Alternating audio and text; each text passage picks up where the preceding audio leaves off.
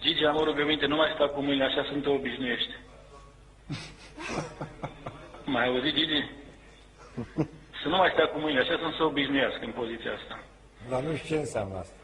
Nu știi? Lasă, nu e nimic, dar te rog tare mult. De ce? Ce înseamnă? Nu știi? Bine, am crezut că știi. Înseamnă că mor sau ce? Nu, ești un om credincios, Gigi. Așa e bine dacă stau?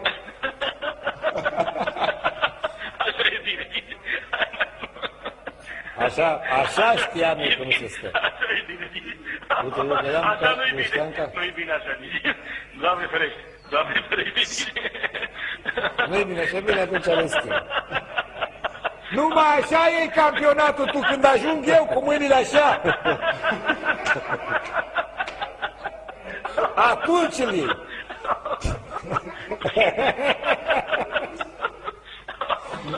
Bună asta, domnul.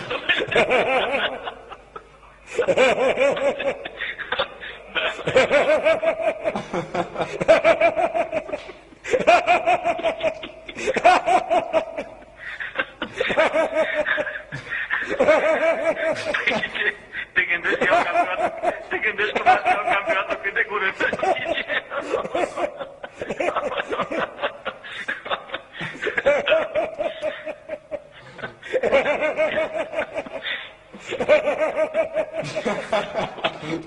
Domnul Porumboi, Vă rog.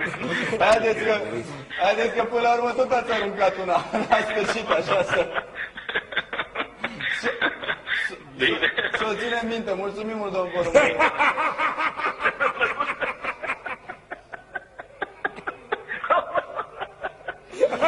Domnule Cali, râdeți, dar parcă vă pomeniți cu domnul Porumboi în ultima etapă când vă sare.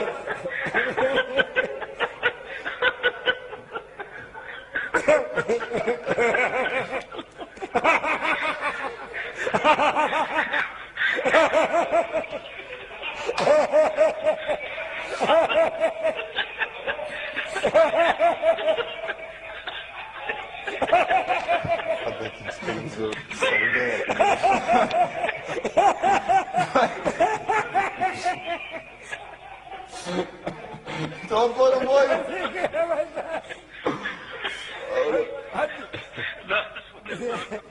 Domnul Porumboi, râdeți, dar în ultima etapă...